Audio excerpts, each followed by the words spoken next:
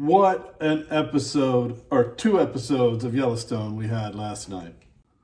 Okay, 100 years is nothing. Episode 1, season 5. Let's get into this. We didn't have a ton of ranching in episode 1. A lot of drama, of course, we've got these people are just crazy, criminals, election, politics, a lot of stuff that doesn't apply to ranching. But they did have one scene that I want to cover.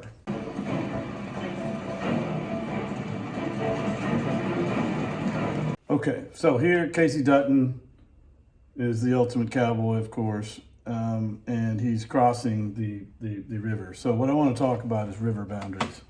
Now, before we get off talking about Casey Dutton as if he's some sort of invincible cowboy, let's just remember there was another Dutton boy. Okay, if you go back to like season 1, I believe it is, like really one of the first episodes, there was another Dutton son that got killed in an altercation of some sort. So anyway, my point is, these situations you want to be cautious with, okay? Because the person that's always on this side of the river thinks they're right, and the person on this side of the river thinks they're right. Boundaries where livestock cross and trespassers cross cause issues. And we need to be aware of this as ranchers and landowners and anyone working or visiting a ranch. So you want to be careful about these river boundaries, especially where crossings exist. I'm a small rancher in Texas, so there's a lot of things different about my comparison to real ranching circumstances to the show Yellowstone. But this scenario of river crossings and livestock crossing rivers is absolute reality in ranching today in the U.S., anywhere, I'm sure.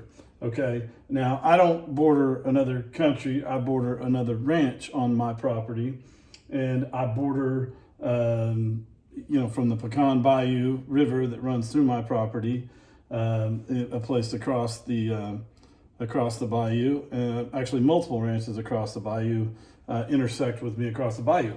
Now, here's the thing about river crossings. They're usually not a problem. You can see over here, this river crossing is not a problem because nothing can see on the steep banks, nothing can get down over there. And now where the problem becomes, see, there's a shoal over here. And where you have shoals, you see the rock sticking up, the water's more shallow. So livestock, people, even potentially vehicles looks like could potentially. The issue that you have, that I'm having, like right now, when things get heated, you can see Casey's he's very mad, and the other guy on the other side is very mad.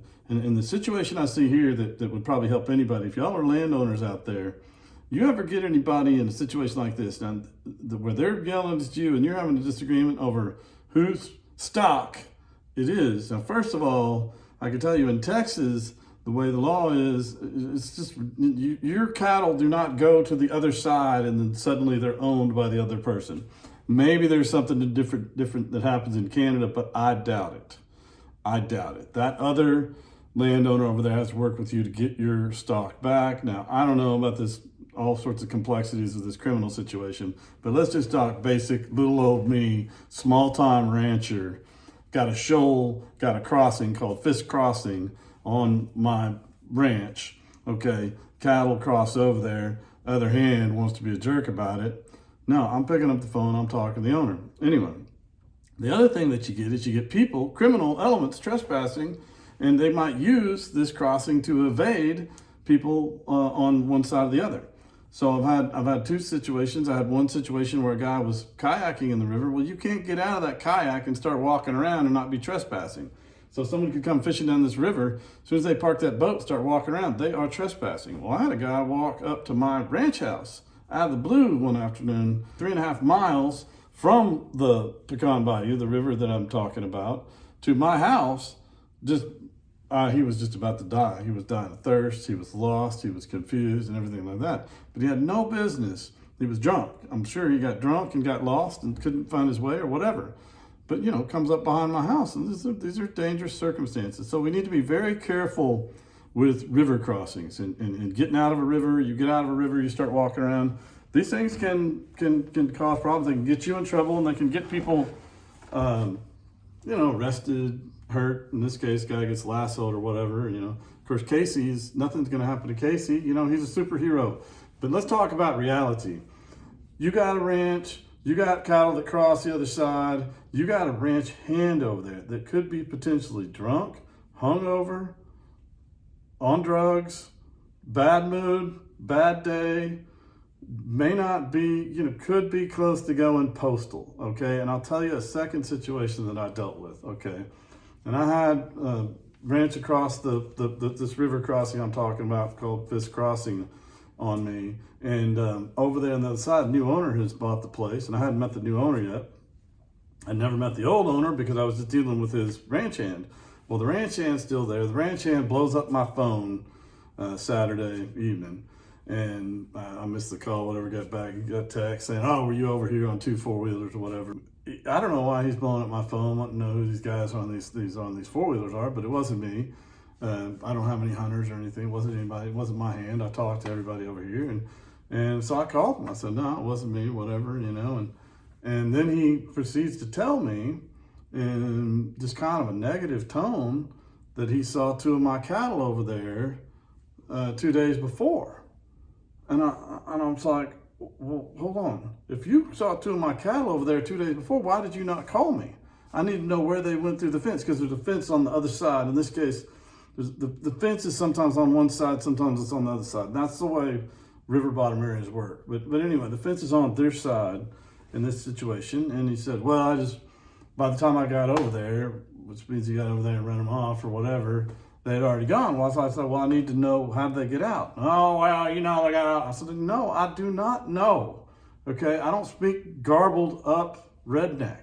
I need to meet with you. I need to know where the hole is, and I need to repair the hole. And first of all, why is this just now coming up when you're calling me about these trespassers, you know, basically accusing me of trespassing, you know, and you saw my cattle over there and you didn't even call me. So it's really kind of a problem. I'm sitting there thinking, it's like, so why didn't you call me? And 2, what is going on with these trespassers? And why am I talking to the ranch hand? And then I was like, that's when I realized, like, okay, so we got a new owner whose son saw 2 guys on ATVs, is the story he's given me, and they ran from him. And the only river crossing for 10 miles either way is on my place. So presumably these guys came back over on me. However, I was at the ranch. I was duck hunting, you know, that morning. I was working on big project with a mineral feeder that afternoon. My hand was there. I talked to him. I talked to, you know, everybody that could have been around there. Nobody heard anything or saw anything. There's nobody. I don't know where these 4-wheeler guys came from, but they came from their side, and they didn't come over Fisk Crossing, and they didn't come over on me. But just the same, I've got this ranch hand who's all pissed off about it. So he says to me subtly, it's like, well, I need to know, you know, if when you're going to come over here to fix the fence. And I'm sitting there, it's like, I need to know when my cattle are over there, and you need to call me so I can come fix the fence. And I just need to talk to the new owner about it.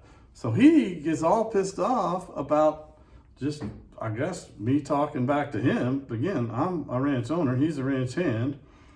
And he goes off and says, I need to know who's going to be over here before I start shooting people.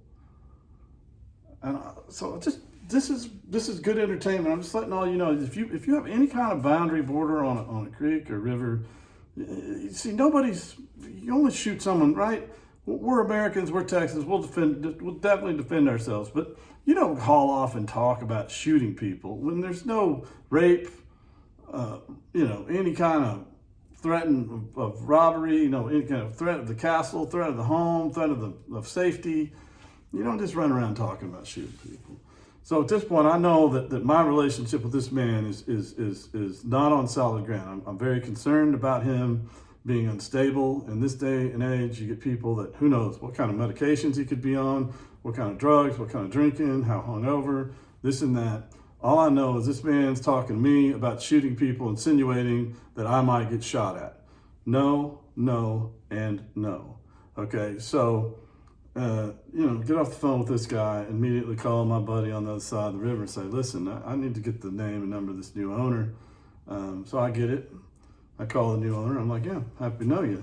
by the way, I ain't going to be working with this guy. And he goes, well, you know, whatever. So my point is, in a situation like this, you want to go to the owner of the other side. You don't want to deal with a ranch hand who's being jerky and irate.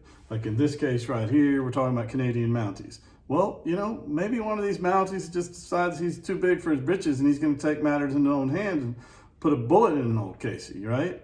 And by the way, that kind of stuff does happen. You know, there was another Dutton son.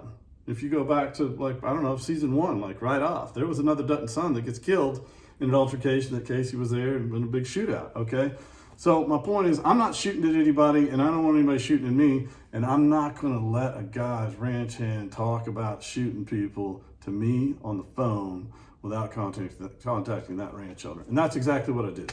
Okay, so I'm just letting you know, this is kind of the reality. River crossings are a deal, especially where livestock cross. Wounded game is another thing that can happen. Game can get shot and wounded and go across. You want to contact that owner. You want to be in full communication, and at all costs, if possible, you want to avoid talking to the ranch hands, the guys that lease it, because all these people will tend to try to bow up to you and act like they own the property or act like they're in charge when they're not. And in this case right here, I'm Casey. I'm on my radio to office, get the Canadian authorities on the phone and get this Yahoo to give me my damn horses and let me arrest this guy and get the hell out of the way.